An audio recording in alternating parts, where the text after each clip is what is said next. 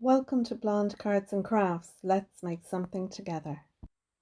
Hello crafters, today we are going to be making a card using the Papercraft Society kit, and it's box number 34.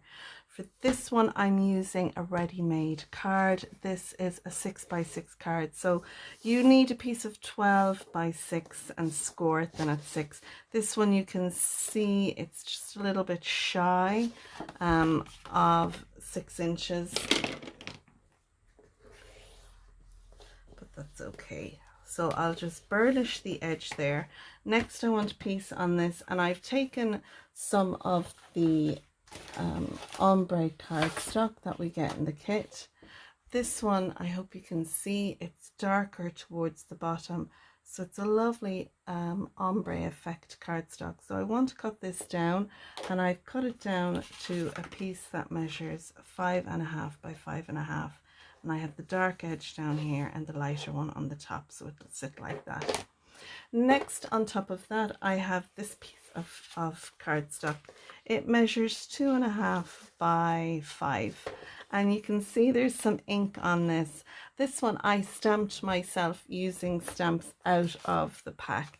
So we get these two lovely ones, and what I did was I stamped up a nice big sheet of it, and I cut my piece down for my cardstock. Now you'll notice here I have two different colors, but I haven't actually used two different inks. I have just used one ink, and that's this one here. I think we got this in last month's kit. So what I did was I took my two stamps like so, and I took a piece of white cardstock, and what I did was I had a little piece extra of paper here. Let me just move this off so I can show you. So to make my pattern paper, which I have done here, I've taken a piece of cardstock like so, and I just have it on a laminated sheet underneath. I've taken my Papercraft Society ink, and I have my two pieces, my two stamps on stamping blocks there. I also have just another piece of paper, and I have put my inks down. I've taken one and I have stamped it down onto the block, and then I have just randomly stamped that on like so,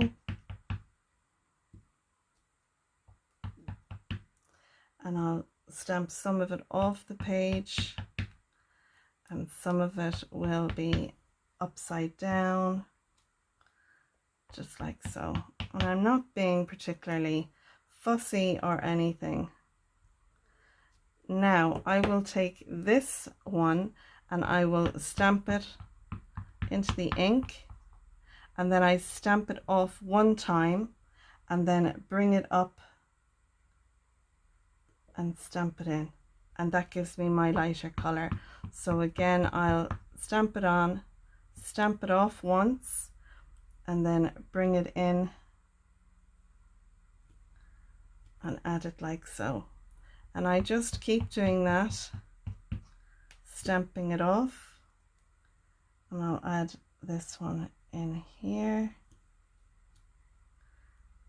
and then I'll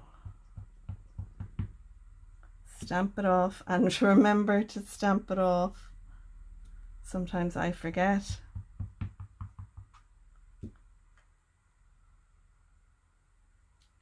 And then I'll come back to my first one, and then I'll add that on,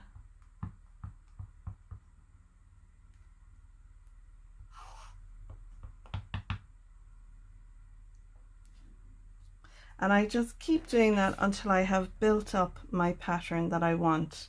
Now I am very lucky, I have some fine liners in my stash, and they really do match up the color really well, so you can fill in areas like that, add a little few dots here and there, and it kind of fills in the white space if you want, or you can just leave it as it is. I do like sometimes to fill in the white space.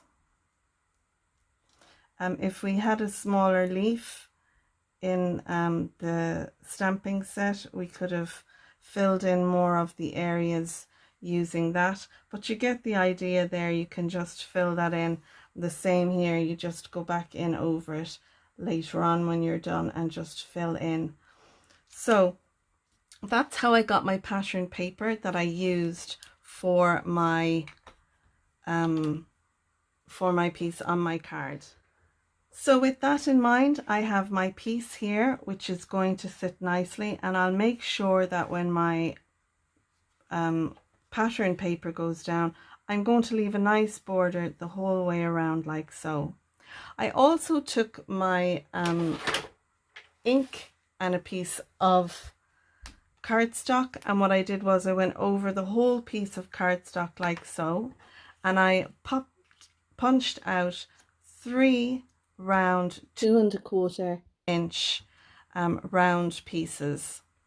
I got some new dies recently, and these are the inverted scallops, so I thought they were lovely. And I took this one here, it's the 3rd one from the center, and I punched out 3 of those. So with the 3 of those, I punched them out on my pattern paper, so they will sit like so, and I will have 3 of those to go on my card like so. This one I will add foam tape to, and I will pop that up, and I will decide what way I want it. The 3rd one, what I did was I stamped birthday wishes, and this came from the stamp set. I'll just put that down there. We have birthday wishes and butterfly kisses, and what I did was I took the stamp itself and I put ink. I came at it from this way, and that way then you can, I'll show you here on a piece, you can see through to make sure that your ink is only going where you want it to go. And if you get a little bit there, you can just wipe it off. And then I just stamped that down like so. And then with the wishes part, again, I just done the wishes, and then I was able to put the wishes down. So it's just a matter, you can cut up your stamp, but I just selectively inked the words and where I wanted them, and I got my birthday wishes there. So now, also in the kit we get this butterfly, and I really liked this butterfly. I thought it was so lovely and the right size for this card. So I took my butterfly and I die cut it out in some vellum that we got, and I hope you can see it there. What I also did was I took the die itself. You can see there I have a shape for the back of it.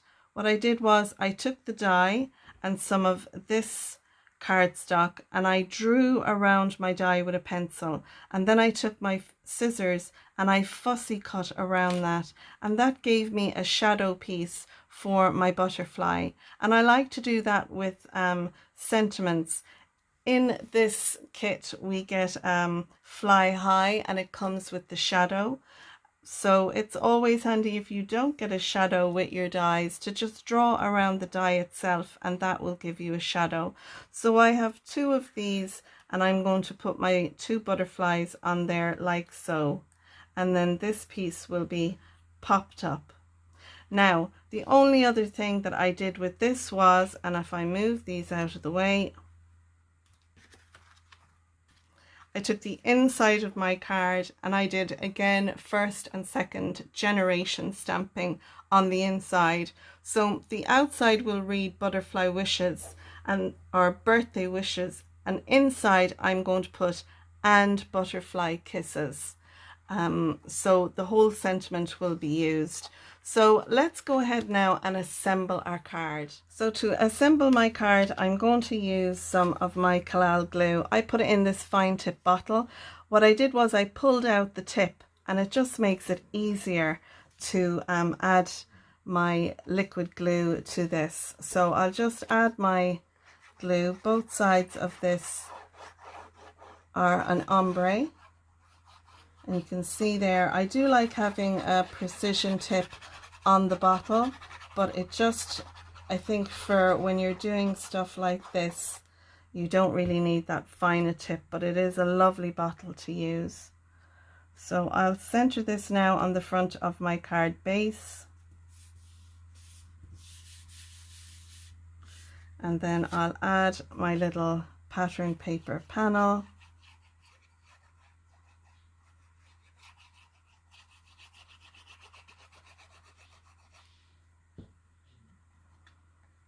And then I can put that down there, make sure and have it the same amount. I think that's about right. Now I'm going to glue down my little round pattern pieces.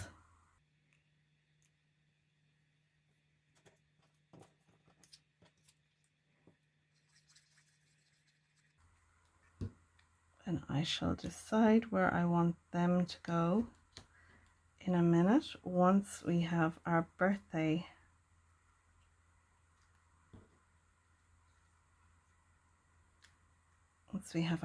one. And I'll stick my butterflies down, but I'll use my fast grab adhesive for that. So we'll pop down our birthday wishes.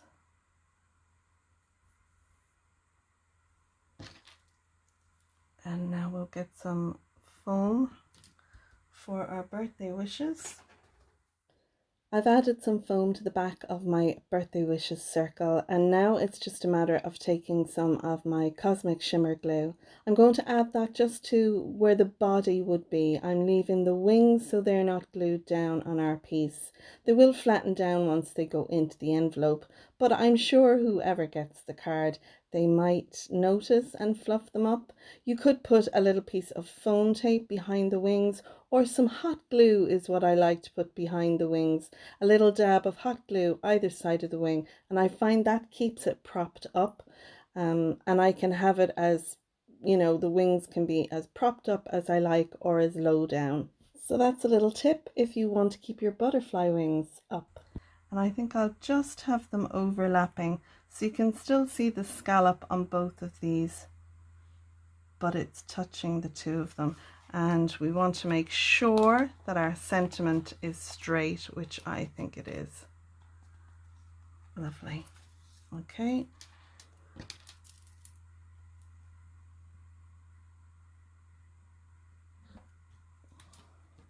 So next, I know I should have stamped before, but I'm quite happy now to do my stamped sentiment. So always make sure you prep your stamps before you use them by giving them a clean, because sometimes there's a residue left on there from the process of them being made. So I'll just make sure and give them a little clean. I always like to take a piece of scrap paper when I'm stamping a sentiment for the first time, and what I'll do is I'll go over it with my ink cube and just stamp it out to see how it stamps. If I'm not sure about it at all, what I'll do is pop it into my positioner, my Misty or one of those, and stamp it from there. So I'm going to actually pop it into my Misty. Even though it's got the butterflies on it, I'll still be able to pop this in.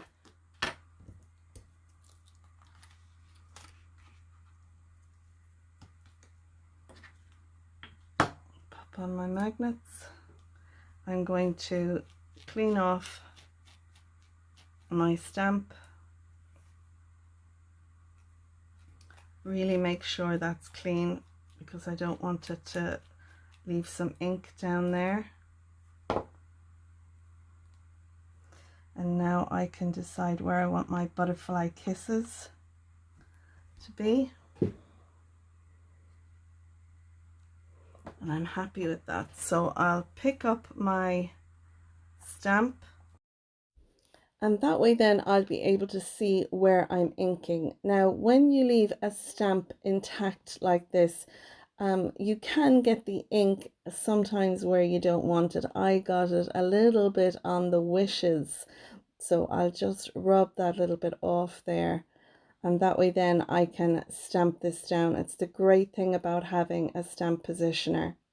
So I'm happy with that now. I just need to add a little bit more ink to the and part, the top of the D. So I'll again go in with my ink cube. I'm looking at where I'm putting the ink, and I'm using the edge of the pad to actually get ink on that word. Now I do find myself, what I'll generally do is I cut my stamps apart, and that way I can separate the word. I did get a little bit of ink in two places, but I'm going to go back in with my fine liner pen and embellish the butterfly kisses the way we have our panel on the front. So that's it, a pretty simple card using the products in box 34 of Papercraft Society. But I do like this card. I think it's quite elegant. I hope you do too. What do you think of it?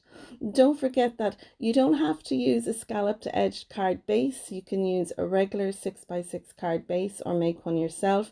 You can actually scale everything down and make it into an American A2 4¼ by 5½ card if you like. So that's it. I hope you've enjoyed this tutorial. If you did, you might consider giving it a thumbs up.